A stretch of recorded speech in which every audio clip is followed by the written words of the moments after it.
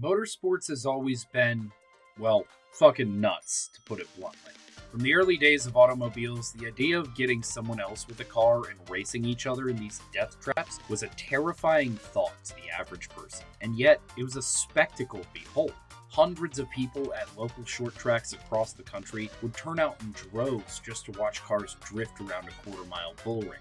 Thousands of spectators flocked to the beaches of Daytona, the grandstands of Indianapolis, and even the slopes of the Rocky Mountains. These different locations have served as inspiration for countless fantasy tracks and racing games across the decades. And while NASCAR video games served as a massive boost for the sport's younger fan base, arguably the most popular racing game of all time is Mario Kart.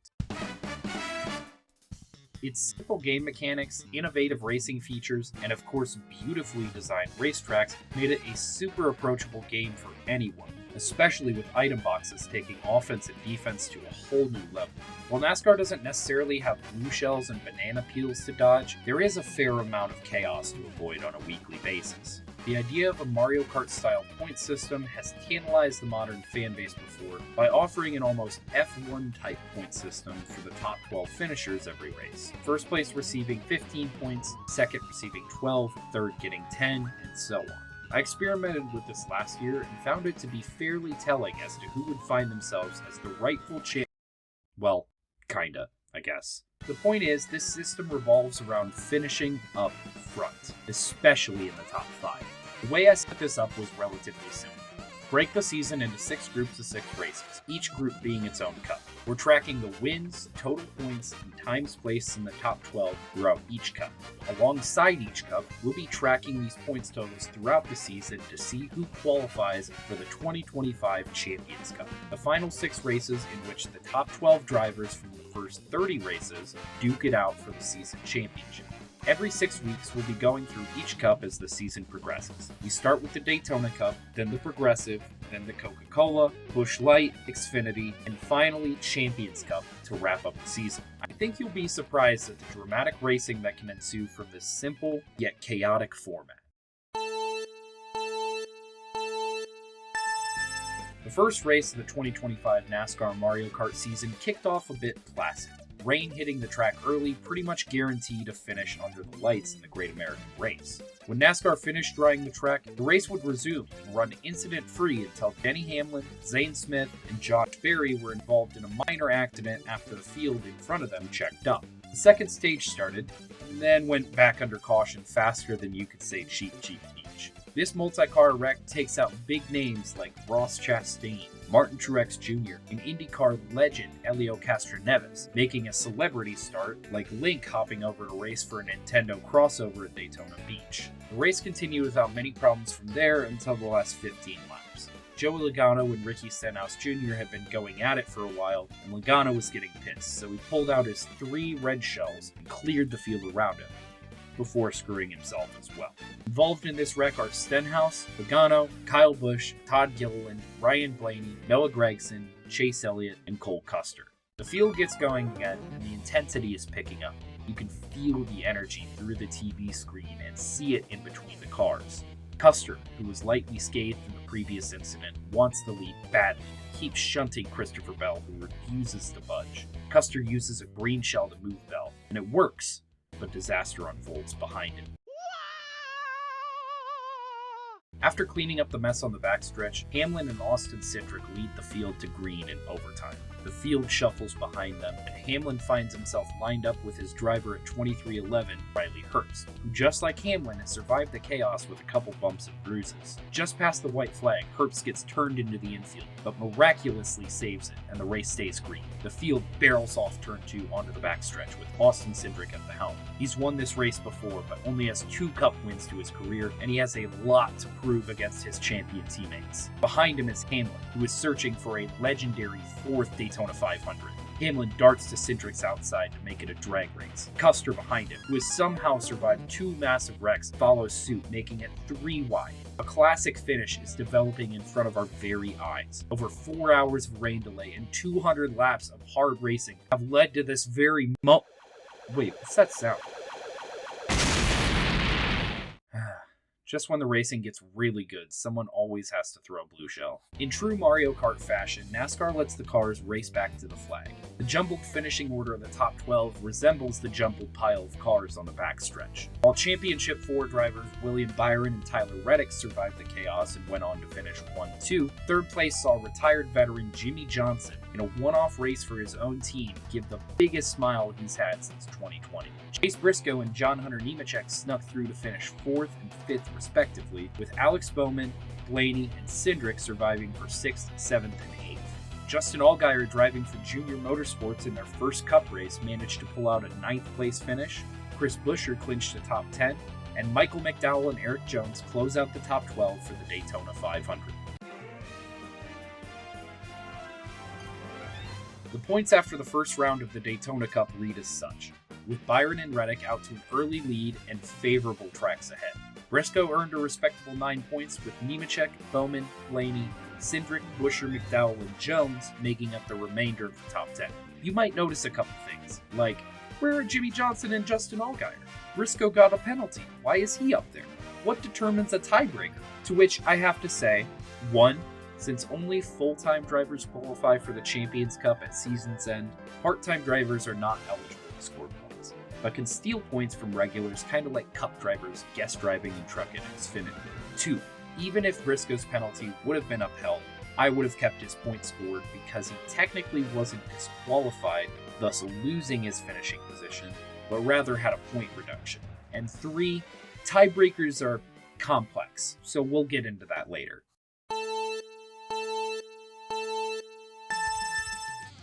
The next race at Atlanta felt like race control had frantic items turned on. A relatively calm first stage ensues, mixed with solid racing to maintain intensity. The second stage begins and Calamity starts to creep its way into the conversation. Chase Elliott brushes the wall, collecting Corey LaJoie and Brad Keselowski, letting everyone know that Mother Chaos has arrived. The final stage runs green for about 15 laps before Ty Gibbs uses his Bullet Bill to gain track position from being so far back. He makes contact with Daniel Suarez, causing further trouble for Gregson, Custer, Stenhouse, Gilliland, and Cody Ware.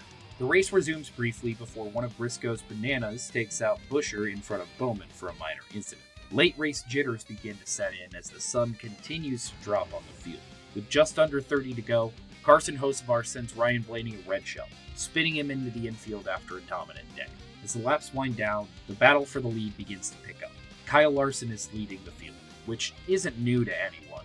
What is new is that he's leading this late in the race on a drafting track, where he's been historically off the mark his whole career. You're about to see why, as he tries to block Cindric but puts him in the fence, collecting his teammate William Byron in the process. We are now 2 for 2 in overtimes this season, and 2 of the most aggressive drivers in the series are leading the pack to the green flag. As if things couldn't get crazier, Hocevar, a 22-year-old hotshot making a sophomore effort, puts his car 3 wide to try and sniff the lead. While Larson clears for the lead, the field jumbles behind him in an attempt to mount a run. Bell pulls to the outside, challenging Larson for the top spot as they reach the white flag.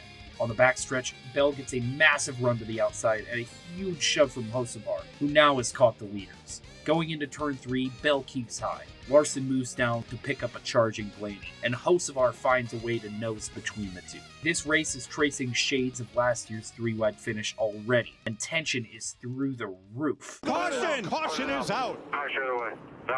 Well, there goes another classic Atlanta finish. Props to NASCAR for actually throwing the caution here, but you had to know you were going to upset people after you let it stay green last week. Since we're at another drafting track, the running order has some of the usual suspects up front, but looks more like last week rather than the average mile-and-a-half out. Bell, Hocevar, and Larson make up the podium, while Blaney makes a miraculous drive back to 4th place after a late spin, and Stenhouse rounds out the top 5. Hamlin, Busch, and Chastain pull 6th, 7th, and 8th, while Bubba Wallace and John Hunter Nemechek round out the top 10. Nemechek and Blaney being the only 2 drivers to place top 10 in both races so far. Last but certainly not least, Zane Smith places on the Mario Kart board for the first time this season, as well as defending champion Joey Logano. After 2 races, the points have tightened up quite a bit, with a 3-way tie for the lead, 6 points separating 4th and 12th, and and another wildcard race on the horizon. This is sure to be an exciting season full of new faces, strong drivers, and high action. NASCAR rolls into Austin with 2 crazy races under its cowboy belt and a Texas-sized appetite for road racing. Heading into Turn 1, Chase Elliott gets dive-bombed and cleaned out by Melon Man Ross Chastain. His teammate, Kiwi Shane Van Gisbergen, begins marching his way to the front, alongside veteran Kyle Busch, who is fighting for his first win in almost 2 years. Other than Cindric turning Ty Dillon because he doesn't like off-roading, the first 2 stages feature decent racing, pit strategy, and a revolving cast of characters getting time at the front due to the latter. Lakitu stays so busy dishing out penalties for course cutting, NASCAR officially decides to stop calling them in one part of the track. Reality starts to set in as the final stage goes green. Coming out of turn 19 on the first lap back, Suarez loops himself around, and in the smoke and commotion, his teammate Connor Zilisch, making his first career Cup start, slams into his right front, ending both drivers' days in a heartbreaking fashion. The race resumes with 40 laps remaining. Elbows are up as drivers fan out into turn 1. As the field spreads out, true players throughout the day solidify the front of the field. Green flag pit stops cycle through, and Christopher Bell has had the fastest car, but must get past Byron and Busch if he wants to claim his go-to-win. 6 laps later, Denny Hamlin runs over a stray banana and beaches Austin Dillon in turn 6A, bringing out the caution once more. The field approaches the restart zone for the final time. Kyle Busch has had the best car for a majority of the day, but is on older tires than the cars behind him, so his time is limited. Green flag flies and the chips are on the table. Busch pulls out to an impressive lead, but has to hold it for a lot longer if he wants the checkered flag. As laps wind down, Busch begins to struggle. Bell catches up.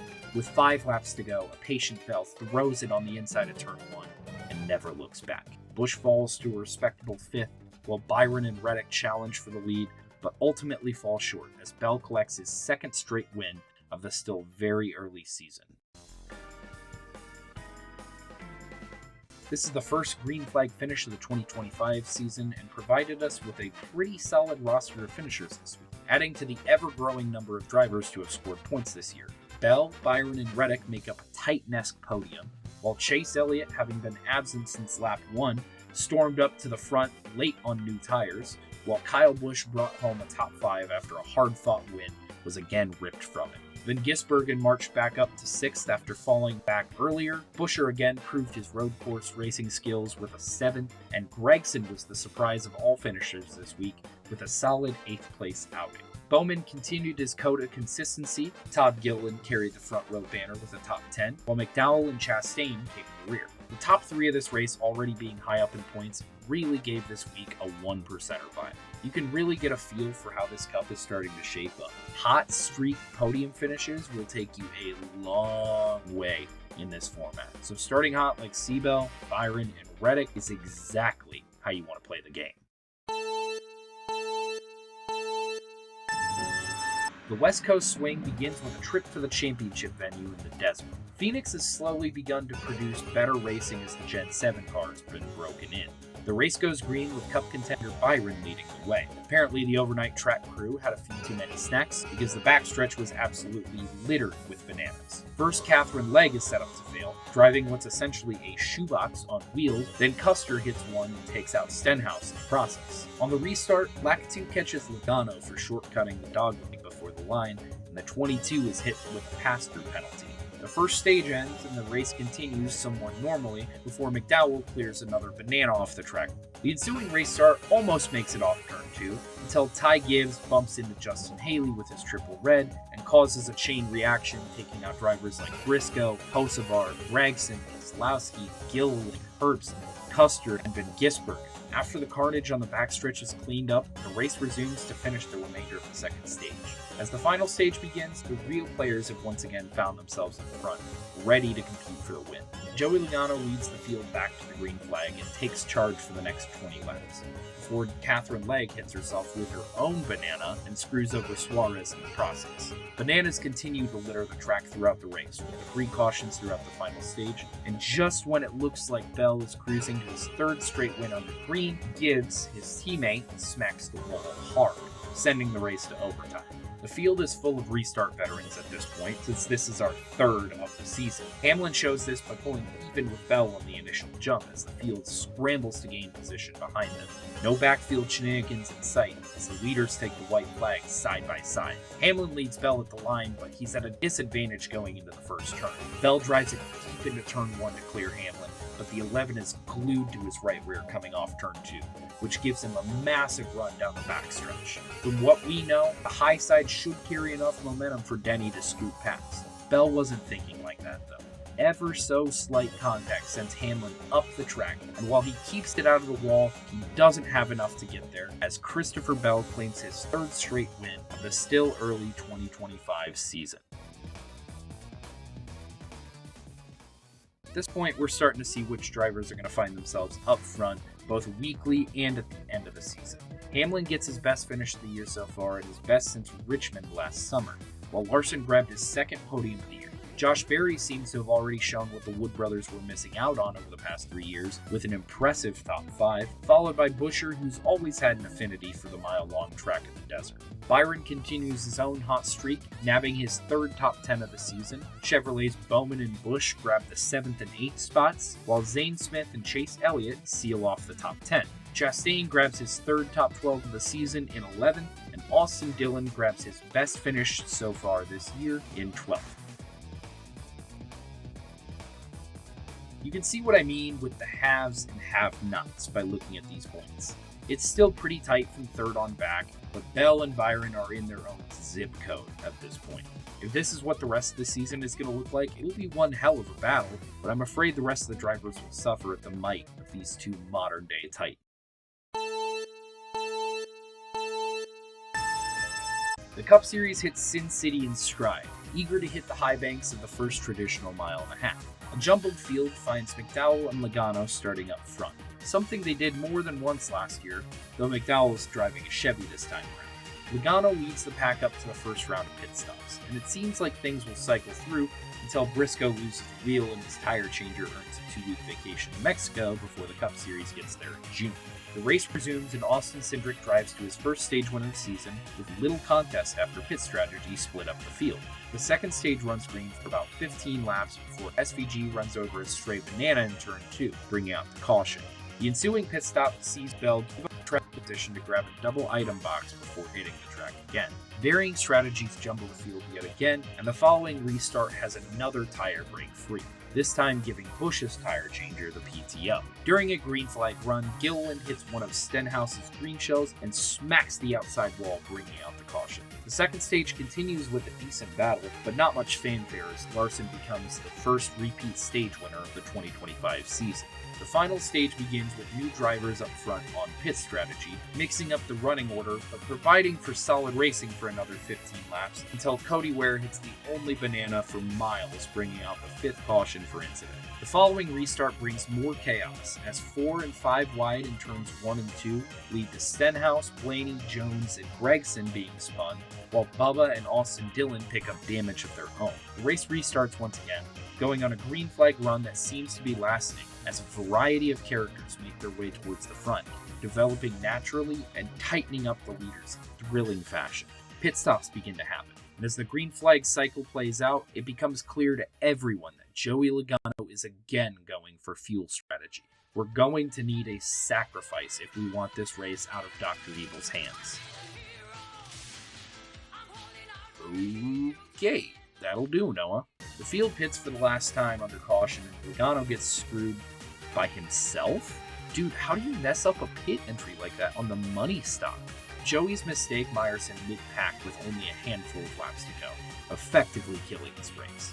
Varying strategies put Suarez, Berry, and Preece up front with roughly 20 to go, and only 2 wins combined between the 3 of them, both belonging to Suarez. It's not like these guys are comfortable in the rides either. 2 of them just started with new teams this year, and the other is in a contract year fighting to keep his spot. There's a lot on the line, and anyone watching at home can feel that. Suarez grabs the lead from Berry, but doesn't run away.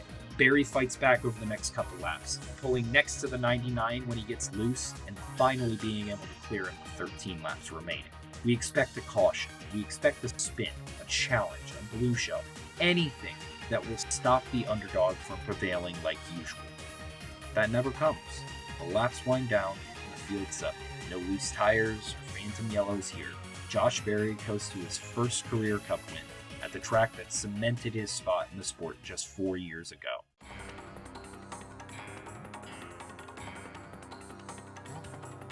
It went from predictability to norm-breaking in only about a week. The top 3 all earned their best finishes of the year by far, immediately vaulting themselves to top 12 conversation.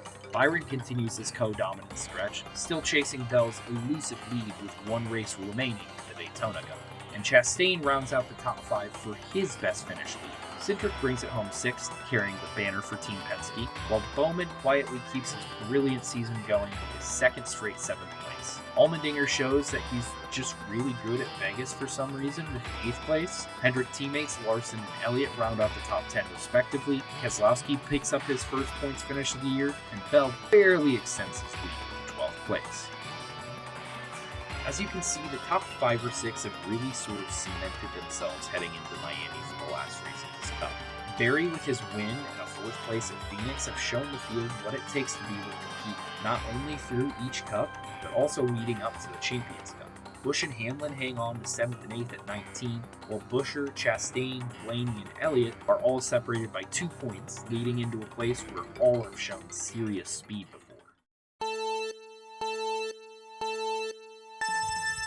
As the field bellows into turn 1, Bowman takes the initial charge for his first pole since the Bristol night race last season, and Berry continues his speed from the weeks prior by putting his car on the front row in his best ever qualifying run.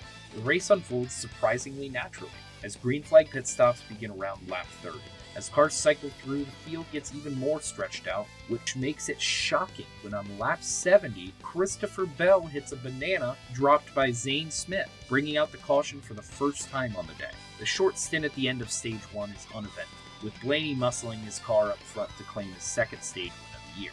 The 2nd stage begins and ends without incident. After green flag pit stops, Blaney seems to have the fastest car of the day, already having led over 100 laps. However, as the run goes on, Byron, Hamlin, and Larson begin to catch the 12, and eventually the 11 and the 5 go by to battle for the lead. In the midst of this thrilling duel, it is Hamlin who outlasts Larson to the line for his first stage win of the year. The field resets after the stage break with the major players up front ready to fight till the checkered flag.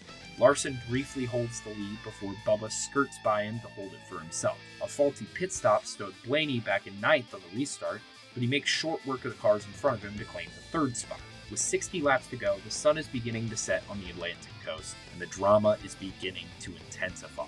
Just when leaders begin to bunch together, Blaney tries to use ink on the cars behind him. This fails miserably and kills his engine, ruining his day and eventually his top 12 points finish. The final restart pits Bubba against Larson on the front row. As they dive into turn 1, Bowman tries making it 3 wide to no avail, as Bubba scoots away from both Hendrick drivers. A handful of laps later, Bowman is the one running down Bubba, eventually passing him for the lead with roughly 30 to go. Back in 3rd, Larson is gradually building his momentum and saving his tire by famously putting his car less than an inch from the wall lap after lap. With 10 laps remaining, Larson has caught, pulled alongside, and passed Bubba, setting his sights on the 48 car. Bowman is desperately trying everything he can to hold off his dominant teammate. With 7 laps left, it is clear Larson will catch Bowman, but uncertain how much time he'll have once he gets there.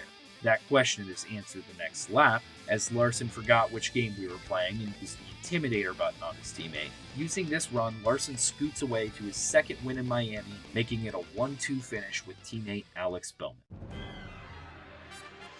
While Hendrick stole the show there at the end, Bubba Wallace nabs his best finish of the season up to this point with the last podium spot. Briscoe replicates his 4th place from the season opener to bookend the Daytona Cup, and Denny Hamlin rounds out the top 5 with another impressive run. Buescher picks up his 4th top 10 of the year with a 6th place finish. Allmendinger continues his surprising oval run with a 2nd straight top 10. Reddick settles into a quiet 8th place after taking a backseat to his teammate most of the day. Preece scores his own 2nd straight top 10, and Justin Haley scores his first points of the year, rounding out the top 10. Zane Smith somehow picks up yet another 11th place finish for his 3rd top 12 of the season, and William Byron does score a point by the end of the day. However, it is all for naught, as Christopher Bell is lucky to walk away with the Daytona Cup after the 29th place finish. Taking a look at our final standings, you can see how tight things got towards the top. Bell not scoring any points in Miami allowed Byron to get closer. Larson maxed out on points for the day despite being mathematically eliminated last week, and Bowman even brought a lot of fight to the table, tying Byron for most top 12s with 5 each, making it only a 12-point gap between first and fourth. We have a couple ties up next, so let's use this opportunity to explain the tiebreaker procedure. I wanted to prioritize consistency over pure number of points, so I decided to set up the order of tiebreakers as such. Number 1, number of top 12s. Number 2, number of wins. Number 3, your best finish of the cup up to that point. And number 4, real-life point standings. This will happen throughout each cup and may play a role in the cup line late season, so it's important to be mindful of the order of operations. These next 2 drivers are a great example of this. Reddick and Hamlin are tied at 27 apiece, so let's solve it. Both drivers scored points in 3 races, so we'll move on. Neither of them won a race, so we'll move on again. They both finished second, okay. We revert back to the real-life standings, and we find Reddick taking the 5th spot over Hamlin, due to Reddick being ahead in the points after Homestead. Buescher and Berry bring it home 7th and 8th, and even though Berry won at Vegas, Buescher's 4 top 10s were enough to break the tie. My boy Busch limps it in at 9th with 19 points, having me thankful for the 3 straight top 10s earlier. Briscoe uses his pair of 4th places to sneak inside the top 10 last second. Chastain uses 4 low point finishes to vault to 11th. And Elliott breaks the tie with Blaney with 3 top 12s over Blaney's 2 throughout the cup, solidifying the 12th and final spot in the Daytona Cup for himself. So at the end of 6 weeks, this is what each cup review will look like. Coming up, we've got the Progressive Cup, Coca-Cola, Busch Light, Xfinity on the road to the Champions Cup later this year. I'll be tracking the entire field's points every race throughout the remainder of the season, so be sure to check in and see how your driver does every cup. The top 12 in points after the Xfinity Cup is finished will advance to the Champions Cup, comprising the last 6 races of the season. Only the top 12 from the regular season will be able to score points and compete in the Champions Cup, so while points totals will be lower than the rest of the season, the best of the best will be fighting for the ultimate NASCAR Mario Kart title. Let's go ahead and take a look at our points after the Daytona Cup. Looking at our leaderboard, you can see the different types of racing that were brought to the table for this first cup.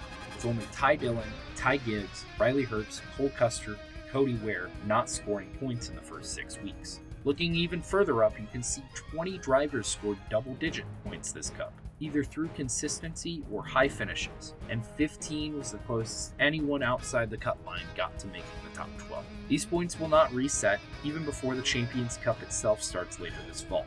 This will simply be a running points total to see who the season-long champion would be, who the playoff champion would be in real life, and who our champion will be, to compare the effectiveness of Mario Kart point system for NASCAR, and also because it's fun. Get your bananas and shells ready for next cup. Thanks for watching, y'all.